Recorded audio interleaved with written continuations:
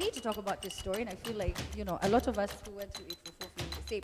Now, the High Court here in Nairobi on Wednesday ordered the Technical University of Kenya to pay 15 million to 75 former students. The former students sued the institution after failing to secure jobs with an engineering degree that was awarded by the university, as it is not recognized by the Engineers Board of Kenya.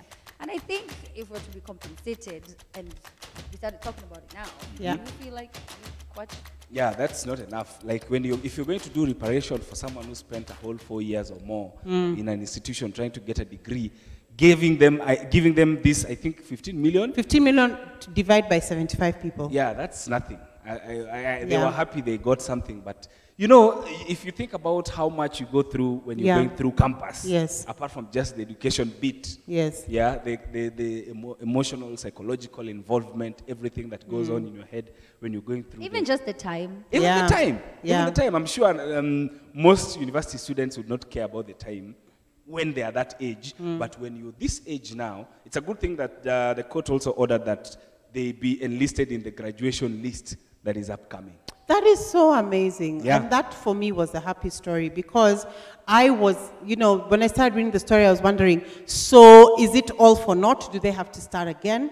So it's just that, you know, the degree they got was not recognized from that institution, but the knowledge was recognized as something potent. So if they're in the graduation list, it's great. Yes. But we also need to do something about chartering institutions too fast. Yes. And, you know, not aligning what the institution is teaching compared to versus what's in the job market. Exactly. Right now, everyone and their mother has a campus. And the ability of the institution to offer what the market needs. It needs. You right remember now, when right? they said Moi University Yes. could not offer law? Yeah. And this is after it had so many graduates of law. Yes. So you don't know what do we do with it. You know, that affects everything. Because now even if you're certified, if you go to a job market or get to a company and you want to get recruited, and then you say you're from Moi University, of course it's going to work against you. Yes, absolutely. Why should the institution even be teaching these things if at all it's not going to be recognized? Because it's money. Money. It's the money. Because it's money. I mean, I live on the east side of town, and when school opened, the buses that are now being opened within estates, so many schools, everyone and their mother has a I know about the play group.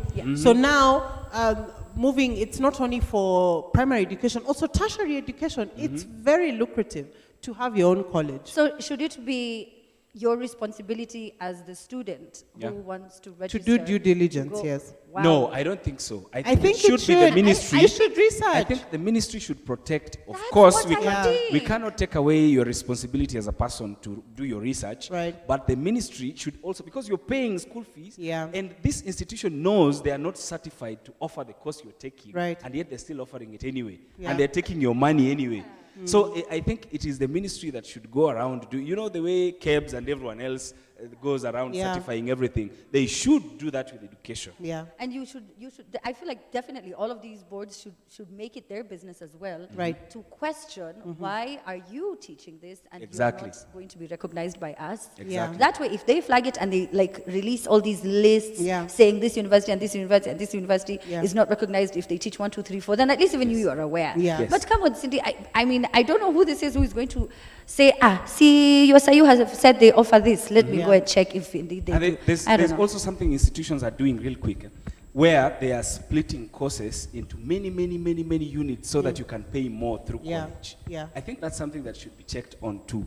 They're changing the curriculum so that now if one unit was a single unit about shoes, they're going to change it about shoelaces, soles, and so that each unit is charged on its own. I think that's fraud. You know, it's so true what Cindy was saying, though, because I know someone who owns a university. It was a family business. It was so small. Started in Umo, then went to Koma, then it came to town. And if I tell you which institution it is, you're going to be so shocked. How is it a family? Ati mimi tuna Cindy, we were tulikuwa tunauza mboga, and then now we're like, tuanzishe university. A lot of these know, technical institutions are like family businesses. Let's talk about this. I don't know if you guys saw this. A section of American students are reported to hire their Kenyan colleagues to sit their exams and assignments. An investigation piece by CBS Television exposed this vice, with reporter Deborah Pata explaining how youth in Kenya are earning billions of dollars from academic writing.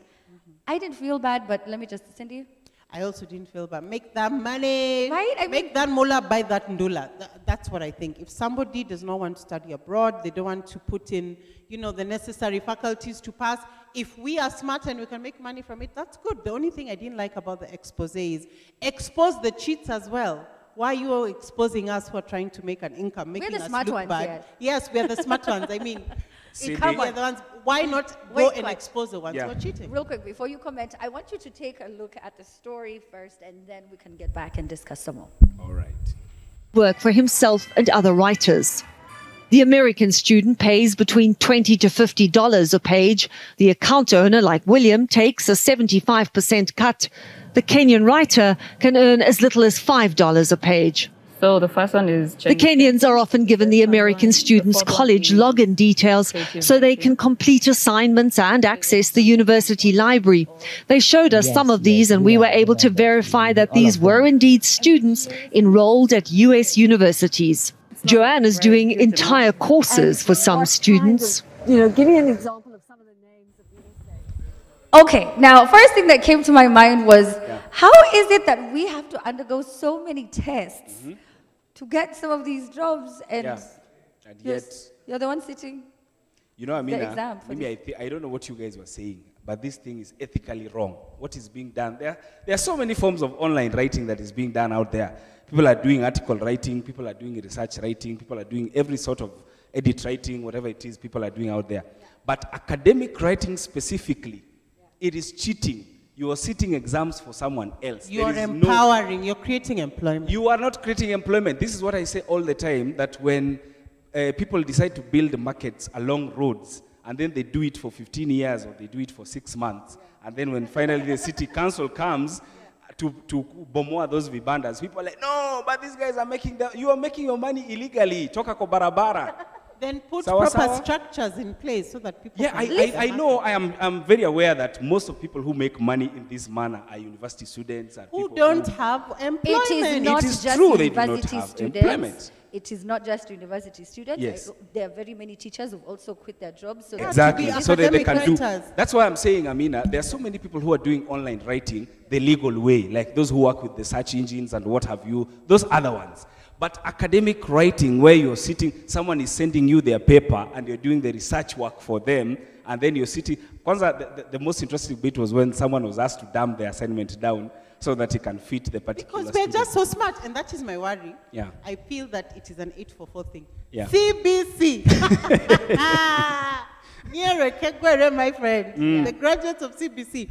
Academic writing will definitely not have a lot of... I'm 50-50 on this, to be honest, because I get so many DMs of people who are depressed and want to take away their lives. They feel like they're at the end. I'm not saying it's okay, but I just don't see what's so bad about it. Trying to make an ends meet $2,000. No. That's a lot of money. And you know what you guys think is that it only happens outside the country. It also happens here, and that's how we get quacks as professionals. I think we also have students in our local universities who can afford it, that get other people to do their work for them. They get to graduate with first class, second class, upper honors in these universities, and then eventually, when it comes to the job market, you have doctors who can't do anything, you have lawyers who can't do anything, you have journalists who cannot do anything. Politicians. This is politicians. You know, this is how we get to it. Answer me this, because other than your thesis, your projects, you know, some of these things, exams. Yes.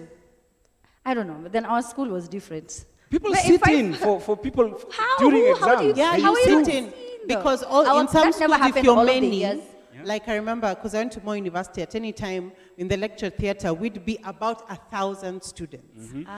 It's very possible for you to get a graduate to come as long as they have your registration number. Yes. You know, they just do the exam for you. Nobody knows. Was a lot smaller. I'm like, and the teacher knew all of us. I'm like, what are you talking? The lecturer knew everyone. Shout out Moi University.